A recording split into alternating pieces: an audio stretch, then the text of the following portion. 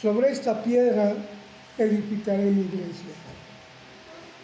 La iglesia que fundó nuestro Señor Jesucristo iba a tener un fundamento. Él iba a ser la piedra angular y los apóstoles iban a ser el cimiento de esa iglesia. Esa iglesia iba a contar con grandes promesas, con grandes bendiciones. Esas promesas y esas bendiciones se habrían de manifestar con el tiempo. Una de las primeras promesas que recibió esta iglesia que Jesús estaba fundando ya desde ese momento era: las puertas del infierno no prevalecerán contra ella. Es decir, la iglesia nunca iba a morir. La iglesia siempre iba a estar resguardada. A pesar de que Jesús sabía lo que habría de venir, Él sabía y él estaba consciente de ello, por eso lo prometió, que iba a cuidar a la iglesia. ¿Cómo la iba a cuidar? Él se iba a ir al cielo al lado de su Padre, sentado en el trono. Pero la promesa de Él fue esta: yo estaré con vosotros todos los días hasta el fin del mundo. ¿Cómo iba a estar Cristo Jesús en medio de nosotros? Él nos dio muchas muestras acerca de cómo iba a estar en medio de nosotros en una etapa que la iglesia tuvo persecución. Jesucristo se le apareció a Pablo y lo convirtió y lo doctrinó, porque tenía una misión específica para él. ¿En qué otra forma iba a estar nuestro Señor Jesucristo con su iglesia? Enseñándole su doctrina. No solamente enseñó su doctrina durante los 3 años y medio que estuvo en su ministerio, también les enseñó 50 días más después de su muerte. Después de su resurrección les enseñó la doctrina. Y luego con Pablo, el apóstol Pablo da testimonio: conozco un hombre, no lo sé si en el espíritu o en su cuerpo, fue arrebatado hasta el tercer cielo. Ahí, en esa revelación que tuvo Pablo, también Cristo le enseñó la doctrina que tenía que predicar esa iglesia que él iba a fundar. Esa iglesia no solamente recibió la información en esos casos que les digo, sino que además, a través de la historia, a través del tiempo, Cristo ha instruido a personas por medio de su Espíritu para que ellos puedan interpretar bien la palabra de Dios. Esta iglesia, que se inició con 12 personas y que a la muerte de Jesús eran 120, a pesar de que millares y millares de personas habían recibido sus bendiciones, el alimento, la sanidad, la doctrina, todas esas personas que recibieron los milagros, las bendiciones, la doctrina, la mayoría no creyó, solamente 120 personas. Esas 120 personas estaban reunidas en el aposento alto, cuando vino sobre de ellos el poder de lo alto. Fueron revestidos del Espíritu Santo. Y de 120 que eran en el día del Pentecostés, antes de que se celebrara el día del Pentecostés, que permanecían unidos, en el día del Pentecostés se convirtieron 3,000. Y en el capítulo 3 nos dice que 5,000, y en el capítulo 4 nos dice que 4,000. En el capítulo 5 dice que eran agregados a la iglesia, todos los que habían de ser salvos. En el capítulo 6 nos habla de que la iglesia ya había crecido. Eso obedecía a los planes de nuestro Señor Jesucristo. En 3 años y medio posteriores a su muerte, se tenían que juntar 144,000 judíos. Después de esos 144,000 judíos, iba a ser una grande muchedumbre los que iban a conformar la iglesia que Cristo Jesús fundó. Esa iglesia iba a tener un nombre, pero más que nombre, eran características que iba a tener esa iglesia. Claro que Jesús, que era el Salvador, tenía un nombre, pero más que el nombre Jesús, como ahora lo tienen muchos, las características que iba a tener Jesús eran las específicas. Jesús fue llamado a salvar al mundo y Jesús significa Salvador. La iglesia de Dios, hermanos, se conoció con ese nombre. Gálatas 1:13, Hechos 20:28, Primera de Timoteo 3:15, Primera de Corintios 1:1, Segunda de Corintios 1:2, en fin, hermanos, muchos textos nos hablan del nombre de la iglesia, pero las características que iba a tener la iglesia eran muy específicas. A través de los años se iba a conocer esta iglesia como iglesia de Dios. Pero aquí surge una disyuntiva, hermanos. La iglesia de Dios tiene múltiples denominaciones que se denominan iglesia de Dios. Tenemos la iglesia de Dios bautista, tenemos la iglesia de Dios pentecostés, tenemos la iglesia de Dios de los últimos tiempos, tenemos la iglesia de Dios israelita universal. Tenemos muchas iglesias. ¿Cuál de estas iglesias será la verdadera? No por el nombre solamente vamos a conocer a la iglesia de Dios, sino por sus características. Esta iglesia de Dios que nos habla la Biblia tenía que predicar una sola doctrina. Tenía que tener una sola verdad. Allá en Primera de Corintios capítulo 1, verso 10, nos dice que tengamos una misma mente y tengamos un mismo parecer. El apóstol Pablo en Efesios capítulo 4 dice que tengamos un Señor, una fe, un bautismo.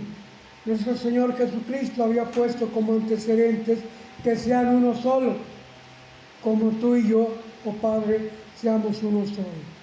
La iglesia debería de tener unidad en su doctrina. Pero esta iglesia había sido anticipada por Cristo Jesús para ser perseguida. No solamente una persecución literal donde hubo muchos muertos. Por ejemplo, en el capítulo 7 nos habla de parte de esa persecución cuando matan a Esteban a pedradas. ¿Y por qué lo mataron, hermanos? Por predicar la palabra de Dios. Y lo que les enardeció más a los fariseos, que fueron quienes apedrearon a Esteban, fue que Esteban, siendo lleno del Espíritu Santo, puestos los ojos en el cielo, vio los cielos abiertos y vio la gloria del Padre. No vio al Padre, vio la gloria del Padre, y a Jesucristo, al cielo vio sentado a su diestra. Esta iglesia no solamente iba a ser perseguida a muerte, como vemos en Hebreos capítulo 11, los últimos versículos, donde dice que fueron apedreados, fueron azotados, fueron perseguidos, aserrados, fueron quemados, y todos esos soportaron esa prueba. Cristo Jesús había dicho en su doctrina: no temáis al que mata la carne, mas al espíritu no puede matar. ¿Qué es lo que mata el espíritu? Dijo también que todo pecado y blasfemia será perdonado, menos la blasfemia contra el Espíritu Santo. El peor peligro para la iglesia de Dios no iba a ser la persecución, hermanos, esa abominación espantosa y terrible que fue anunciada por Daniel. Tampoco es la que nos dice Apocalipsis capítulo 13, verso 14, que no podrán comprar ni vender. Eso, hermanos, para todos aquellos que tienen puesta la fe en el Señor Jesús, podrán superar esas pruebas. La peor prueba es la que nos pone Satanás, hermanos, a través de la mentira, del engaño. En Juan 8:44 nos dice: vosotros, hijos de vuestro padre el diablo sois, y las obras de vuestro padre queréis hacer. Él es homicida desde el principio. ¿Qué quiere decir homicida? Uno que mata, un asesino. Él asesinó a la humanidad al engañar a Adán y a Eva para que comieran del árbol prohibido, y desde entonces Satanás engaña a los hombres. Llega Cristo Jesús y funda su iglesia, y Satanás se mete, hermanos. Se mete a engañar a la iglesia. ¿En qué forma de engaño? Así como les digo que la iglesia iba creciendo en grande manera, junto con esos que eran agregados se metía gente que venía con otras intenciones, de engañar, de matar espiritualmente a las personas, y lo ha logrado, hermanos. A través de la historia de la iglesia, cuando fue fundada, en su historia vemos que ha habido muchas divisiones. El apóstol Pablo, cuando le escribe a Timoteo, primera de Timoteo, capítulo 1, versículo 18 y 19, nos habla de un tal Himeneo y Alejandro, que se oponían a la verdad, a la sana doctrina.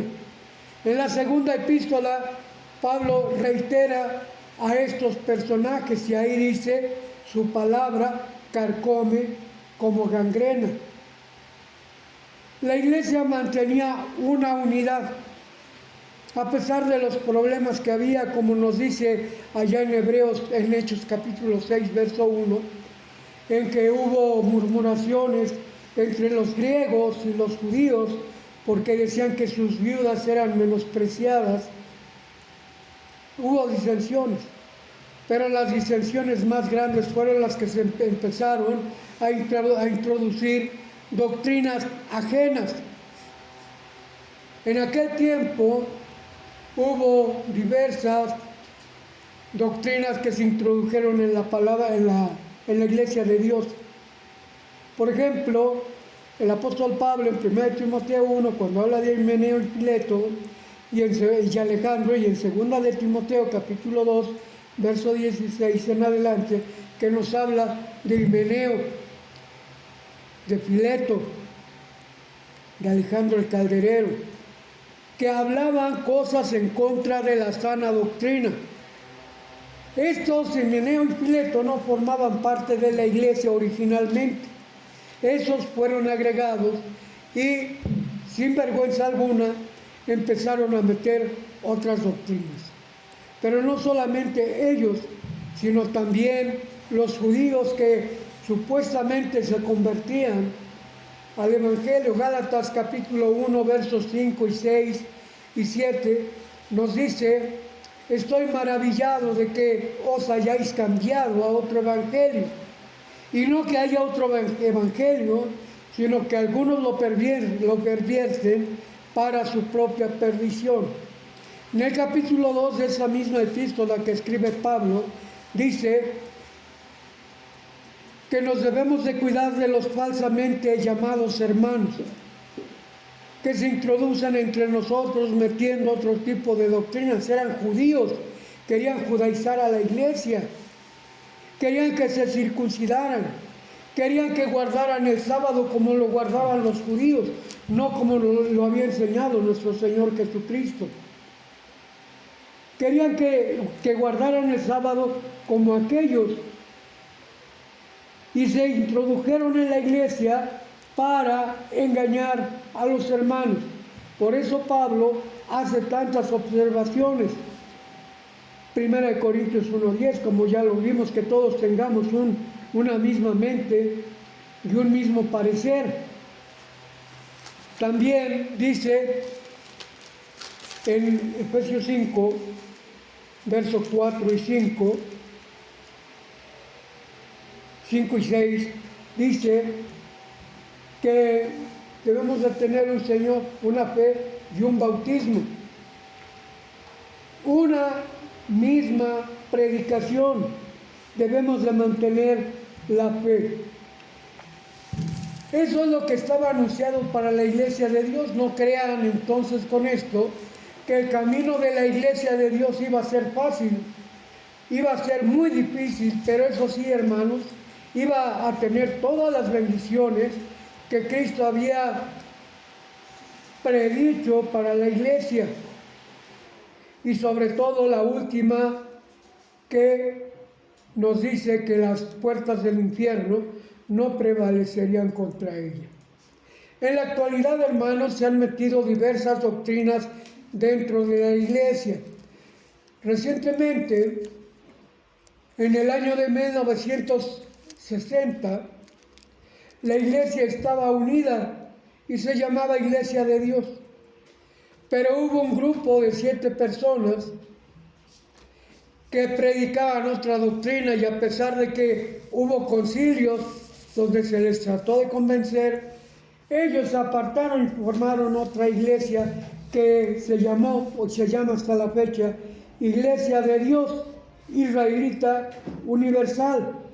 Ellos guardan, supuestamente, entre comillas, guardan la ley levítica. Pero la ley levítica nos hablaba de 7 festividades que iba a tener al año el pueblo de Israel, sábados ceremoniales, pero ellos no estaban dispuestos a guardar los 7 sábados ceremoniales. Ellos nada más guardaban 3, porque dice allá en Levítico, 3 veces en el año te presentarás ante el Señor. Por eso dicen ellos, guardaban esas 3 leyes. Pero dice el apóstol Pablo en el capítulo 3 de Gálatas, dice que si ellos aceptan la ley, pues la tienen que aceptar toda, no una parte sí y otra parte no. Bueno, en el año de 1962 se llevó a cabo esa división. La Iglesia de Dios se llamaba en ese tiempo Iglesia de Dios del Séptimo Día, y la que se dividió se llamó Iglesia de Dios Israelita Universal. Después, en el año de 1975, se llevó a cabo otra división, lo que ahora se conoce como la Conferencia General de las Iglesias de Dios, y lo que todavía hasta la fecha se llama Iglesia de Dios del Séptimo Día. En aquel tiempo se conocía como Iglesia de la Sobreveeduría. Ahora, en aquel tiempo no había ninguna diferencia en cuanto a doctrina. Ahora hay una gran diferencia entre doctrina. Mientras ellos se han vuelto un tanto protestantes, porque participan en las marchas de gloria juntamente con todos los protestantes, han dejado de usar velo las hermanas en la iglesia, entran con pantalones y se suben al púlpito las mujeres, hay pastoras enseñando, predicando,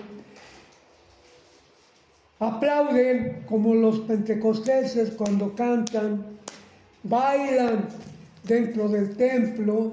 En fin, hermanos, se han desviado de la doctrina, no solamente en prácticas, sino en enseñanza, se han desviado de la doctrina. En el año de 1982 surge otra división que consistió, hermanos, en que un grupo de hermanos que pusieron otra iglesia se dividieron y empezaron a llamar a su iglesia Iglesia de Dios en México.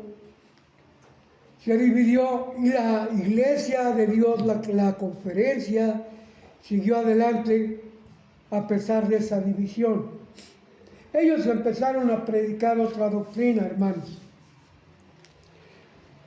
¿Cuál era la diferencia en la doctrina? Empezaron primeramente con que no se debería de usar el velo en el matrimonio, lo cual se aceptó, pero ellos querían que se aceptara toda la doctrina que ellos traían, incluyendo que no se deberían de usar tablas de la ley, incluyendo que no se deberían de usar flores en la adoración en el templo, incluyendo que, como ahora se ha manifestado más puntualmente, que el sábado debe de guardarse como se dice en el libro de la ley, en el libro de Números, Levítico y Éxodo y Deuteronomio, donde el sábado se tenía que guardar de tarde a tarde, no se tenía que calentar, la comida no se tenía que comprar, nada en día del sábado, no se tenía que recoger leña, no se tenía que encender fuego. Ese mandamiento privó principalmente durante la estancia del pueblo de Israel en el desierto. Después, en el siglo V, antes de nuestro Señor Jesucristo, Esdras y Nehemías también empezaron a predicar esto, de que no se debería de meter carga en sábado, y a todos aquellos que no guardaban el sábado, dice que los agarraba de los cabellos y los azotaba a fin de que entendieran que se debería de guardar el sábado. Esa enseñanza llegó hasta los tiempos de nuestro Señor Jesucristo. Los fariseos que nacieron en el siglo III antes de Cristo empezaron a predicar precisamente esa doctrina. Cristo Jesús viene y siendo judío se somete a esa ley, pero empieza a enseñar cómo se debe de guardar esa ley. En Marcos capítulo 2, cuando sus discípulos recogen espigas en día del sábado, esto fue después de que Jesús sanara a un paralítico en día del sábado, después de que los fariseos hayan acusado al Señor Jesús y lo querían apedrear. Pero cuando vieron que los discípulos de Jesús recogían espigas en día del sábado, ahora sí lo enfrentaron y querían matarlo. La muerte, el castigo por hacer tal cosa era la muerte, a pedradas. Entonces Jesús les enseña y les dice: ¿es lícito hacer bien el sábado? Y ellos se quedaron callados. Sanó el sábado y luego les dice: si uno de vuestras ovejas se cae en un hoyo, ¿por qué sábado no la sacan? ¿Dejan que se muera? ¿No la sacan? Eso es una obra. Y si los animalitos eran merecedores de esas buenas obras, pues más los hombres. Y Cristo Jesús les enseña: ¿que no has oído lo que hizo David? Que no tenía permitido comer de los panes de la proposición, y comió y se lo dio a su ejército, y fue sin culpa. Los sacerdotes comen del pan y son sin culpa. Y he aquí el Hijo de Dios, que es Señor del sábado. Yo, como Señor del sábado, no voy a poder hacer las cosas. Y Él dice: el sábado por causa del hombre fue hecho, no el hombre por causa del sábado. Así que el hombre es mayor aún que el sábado. El sábado es una bendición. Allá en Marcos capítulo 7, la situación cambia un poquito en relación a las espigas, pero en el capítulo 7, los discípulos de Jesús al comer no se lavaban las manos. Y la ley, el libro de la ley decía que se tenían que lavar las manos y lavar los trastos, lavar todo. La ley del lavamiento. Y empiezan a criticar a Jesús y también lo quieren castigar y lo quieren apedrear.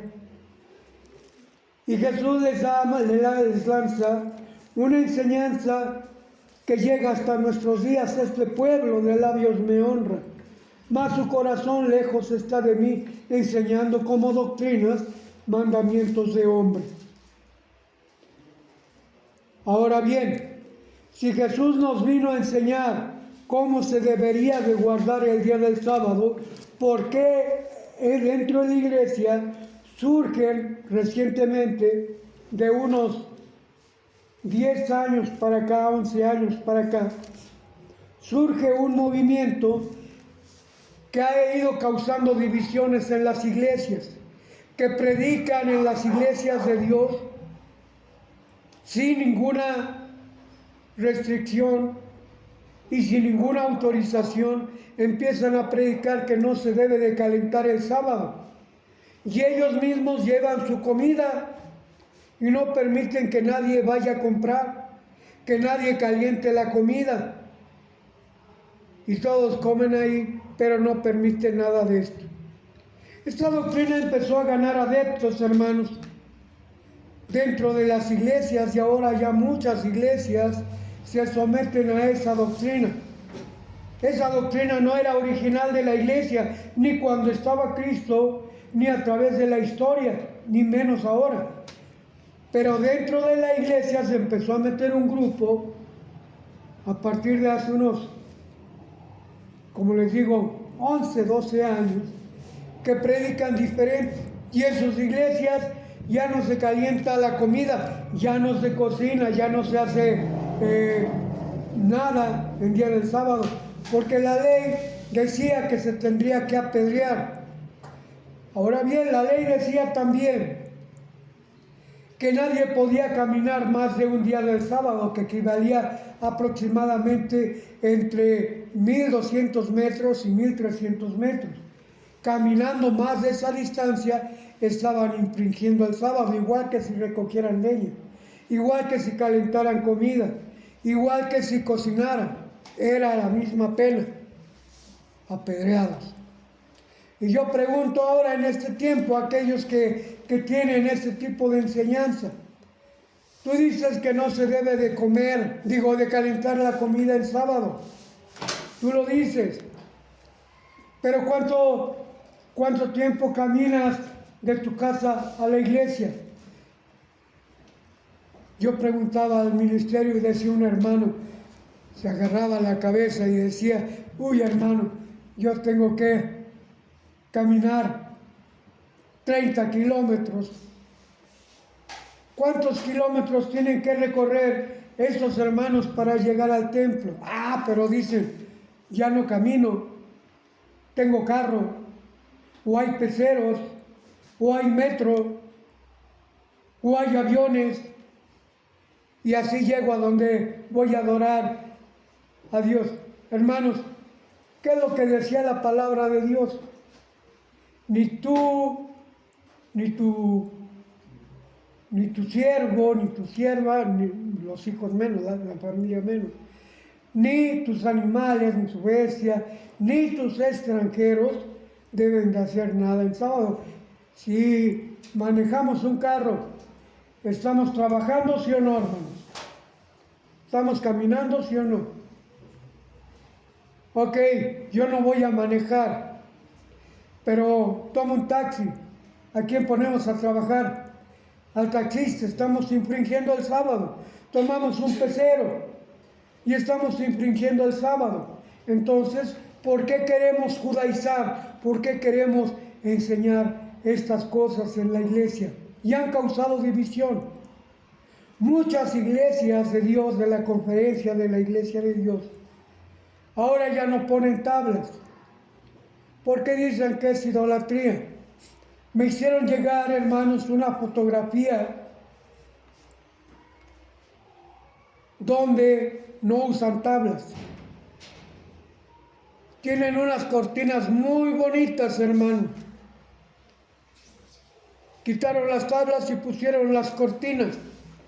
¿Por qué quitaron las tablas? Ellos decían, porque las tablas son idolatría. Llegan los hermanos a la entrada del templo y ¿qué es lo que hay al frente? Las tablas. Los hermanos se inclinan ¿Ante quién? Están las tablas. Los hermanos se hincan. ¿Ante quién? Están las tablas. ¿Quién inició esto? Que fueron los fundadores, vamos a llamarle, de la Iglesia de Dios en México, los hermanos Pérez, que me hacían esa observación. Yo les dije, hermano, suponiendo sin conceder, vamos a quitar las tablas. ¿Qué queda? El ministro. La cortina, porque ellos empezaron a poner el púlpito a un lado, no al centro como la mayoría de las iglesias, sino a un lado. ¿Qué queda? La cortina. ¿Ante quién se están inclinando? Ante la cortina. Perfecto. Vamos a quitar las cortinas porque también es idolatría. ¿Qué está? La pared. ¿Ante quién nos estamos inclinando? Ante la pared, que es de piedra, de lo que sea, pero nos estamos inclinando entre ella. Ok, lo quitamos porque es objeto de idolatría. ¿Qué hay atrás? En el caso de la Iglesia de Dios en López Mateos, su templo daba a otro lote que estaba atrás, como es el caso de muchas iglesias. Quitamos la pared y ¿qué hay atrás? Una casa. ¿A quién estamos adorando? A la gente de las casas que hay detrás. No es idolatría las tablas, ni las cortinas, ni la pared, ni el ministro que se para al frente. No es idolatría. La idolatría está en el corazón de las personas. ¿Qué es lo que hay que quitar? ¿Las tablas o todo lo que hay ahí? No, lo que hay que quitar es la idolatría. Vamos con las flores. ¿Quién hizo las flores, hermanos? ¿Los ídolos? No había ídolos cuando fueron hechas las flores.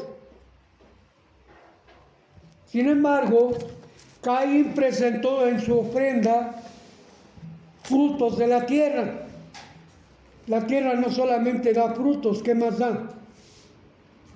Para no ampliarlo mucho, da las flores, ¿sí o no? En la ofrenda de Caín presentaría flores también. ¿Eran ante un ídolo? Fueron ante Dios. Pero Dios no se agradó de la ofrenda de Caín, que consistía en los frutos, en las flores. No las aceptó Dios. ¿Eran malas las flores? ¿Eran malos los frutos? Allá en Judas dice, su corazón, el corazón de Caín era malo. Esto es el motivo por el cual Dios no aceptó esa ofrenda. Si nosotros traemos ofrenda con un corazón malo, pensando que es ofrecido a los ídolos, o que es ofrecido a alguien más, porque no solamente a los ídolos se les lleva flores. ¿A quién más se les obsequia flores? ¿Eh? A los muertos. ¿Que a quién más? A las mamás, a las novias, a las esposas. Y eso, las flores son malas. Lo que es malo es la intención del corazón. Eso es lo que no acepta el Señor. ¿Qué dice la Biblia acerca de las flores? ¿Qué dice? Vas a hacerte un candelero. ¿Se acuerdan cuántos candeleros había en el tabernáculo? Uno estaba en el lugar santo y 7 estaban diseminadas en el tabernáculo, incluyendo el lugar santísimo. Y cada candelero estaba labrado en oro. ¿Y cuál era el labrado que tenía? Una manzana y una flor. Una manzana y una flor. ¿Estaban las flores presentes en el tabernáculo?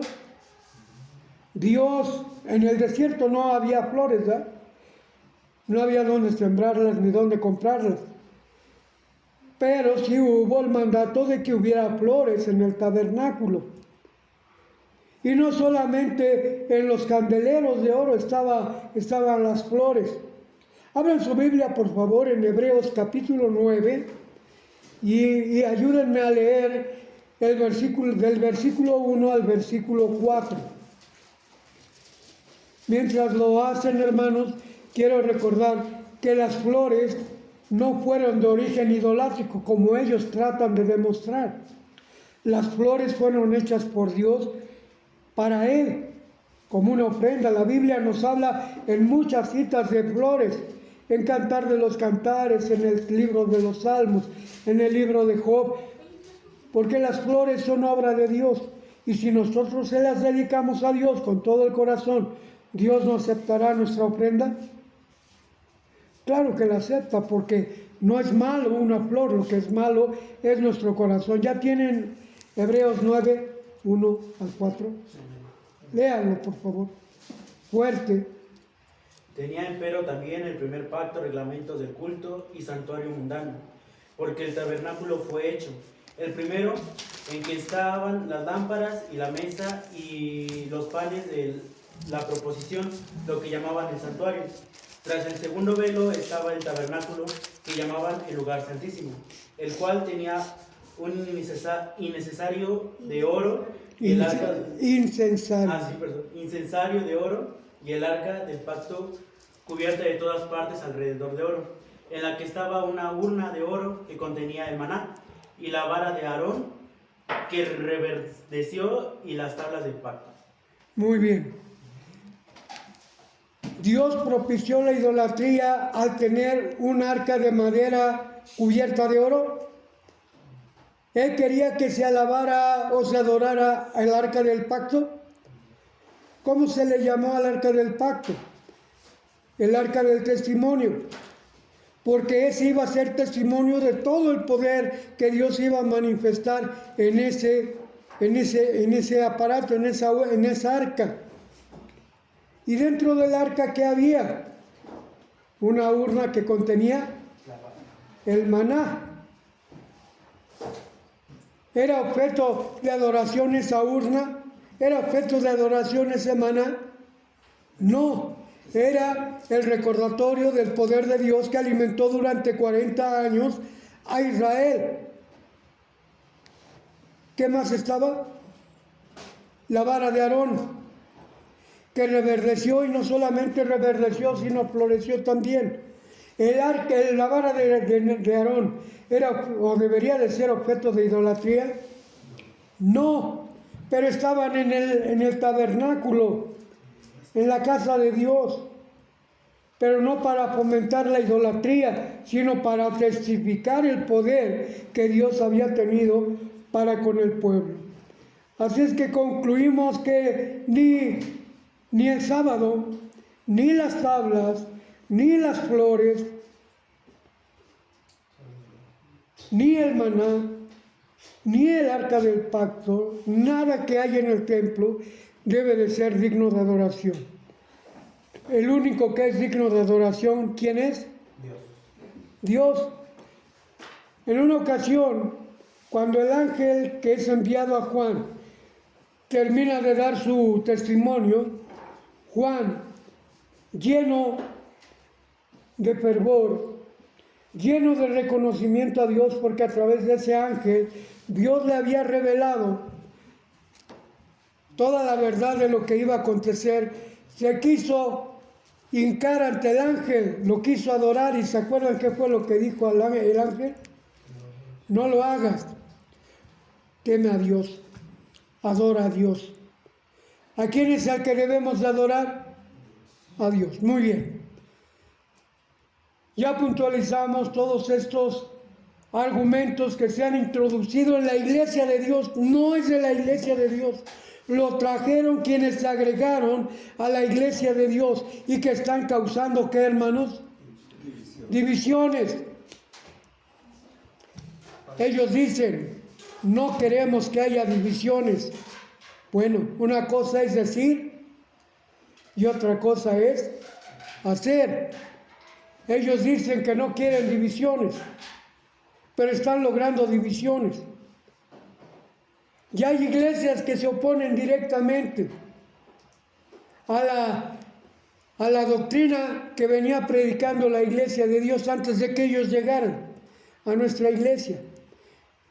y practican todo este tipo de cosas. Ya no tienen tablas, como les digo. Y la foto que me mandaron, hermanos, de un templo en la región 2, en el Estado de México, en la región Toluca, tiene unas cortinas muy bonitas, con adornos y todo. Entonces, está peor. En lugar de inclinarnos ante la palabra de Dios, porque lo importante de las tablas no es el material, puede ser madera, puede ser metal, puede ser cristal, puede ser de lo que sea. Lo importante no son las tablas. ¿Qué es lo importante? Lo que contiene. ¿Y qué es lo que contiene? La ley de Dios, los cuales nos pueden hacer salvos. Maestro, bueno, ¿qué bien haré para tener la vida eterna? Guarda los mandamientos y vivirás. Es lo que contiene las tablas de la ley, los mandamientos de Dios. Y en lugar de adorar la voluntad de Dios, no las tablas, sino lo que contiene la voluntad de Dios, están adorando unas cortinas. Les voy a pasar esta foto para que vean. Están bien bonitas las cortinas, hermano. Yo creo que hasta son diseñadas por un profesional, porque están muy bonitas, con figuras, con adornos, todo muy bonito. Y ese es su símbolo de adoración para ellos. ¿Es lícito que en la iglesia de Dios suceda esto? Vamos a ver, hermanos, estos textos que dicen 1 Corintios 1:10, por favor.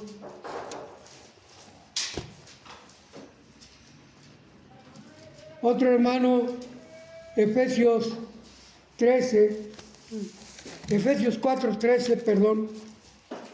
Primera de Corintios 1:10. 1:10. Dice: os ruego pues, hermanos, por el nombre de nuestro Señor Jesucristo, que habléis todos una misma cosa y que no haya entre vosotros disensiones, antes seáis perfectamente unidos en una misma mente y en un mismo parecer. Muy bien, hermanos. ¿Quién escribe estas cosas? ¿Y quién fue Pablo? ¿De quién recibió Pablo el Evangelio? ¿De quién recibió Pablo la doctrina? De Jesús. Os ruego que no haya divisiones, disensiones, que no haya otra forma de pensar, una sola. ¿Cuál? Lo que dice la palabra de Dios. Vamos a ver lo que dice Efesios 4:13. Hasta que todos lleguemos a la unidad de la fe y del conocimiento del Hijo de Dios, a un varón perfecto a la medida de la edad de la plenitud de Cristo. Muy bien. ¿Qué es lo que debemos de hacer, hermano? Tener una sola forma de pensar, una fe. ¿Qué es lo que están provocando ellos? Una ruptura, una división. ¿Queremos una división en la iglesia, hermanos? Por supuesto que no la queremos. Efesios 4, 5 y 6.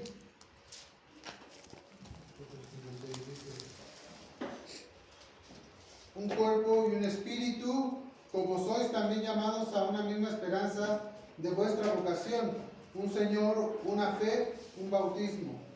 Muy bien. Cuando estos hermanos se adhirieron a la iglesia, a mí me tocó ir por parte de la Comisión de Asuntos Doctrinales a hablar con estos hermanos. Y ellos estuvieron de acuerdo porque ellos fueron bautizados en la Iglesia de Dios en México. Estuvieron de acuerdo y lo firmaron por escrito, que ellos se iban a volver a bautizar, que ellos iban a aceptar la doctrina de la iglesia, que ellos iban a aceptar los mandamientos y los himnarios que usamos en la iglesia. ¿Y saben cuándo lo cumplieron, hermanos? Nunca. Siguieron con su forma de pensar, con su doctrina, con sus costumbres, y estuvieron en contra de la iglesia, pero ahí están, causando divisiones. Y nos debemos de alejar de ellos, dice el apóstol Pablo. No os dejéis engañar, tenerlos por extraños. por étnicos y publicanos. Entonces, hermanos, no debemos de tolerar una división. Y si ellos traen otra doctrina que supuestamente es la palabra de Dios, pues no hay que hacerlo como lo están haciendo, yendo a visitar iglesias y ganando prosélitos.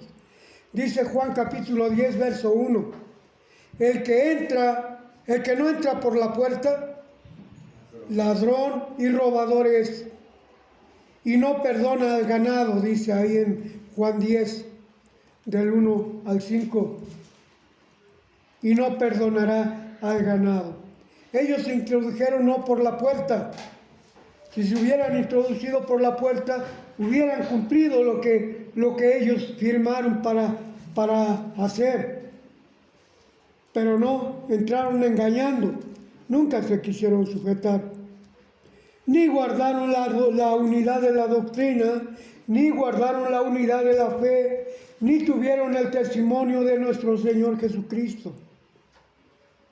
La verdadera iglesia de Dios habrá de superar esto, hermano. Y Dios dice en 1 Tesalonicenses 4:6 que Dios es vengador contra aquellos que engañan, contra aquellos que producen la muerte espiritual, hermanos.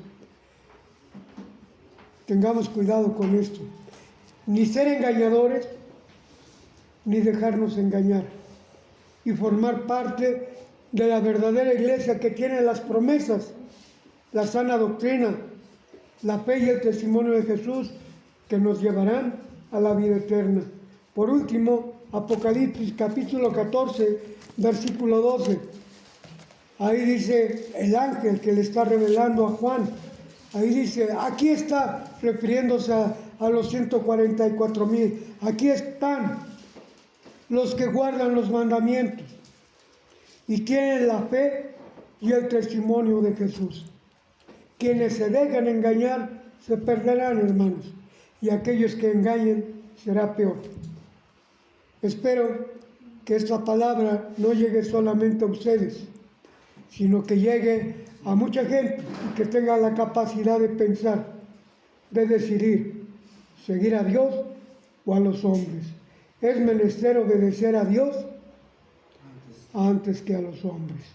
Muchas cosas hay que decir, hermanos, sobre esto, pero esto nos bastará de reflexión. Que Dios les bendiga, hermanos.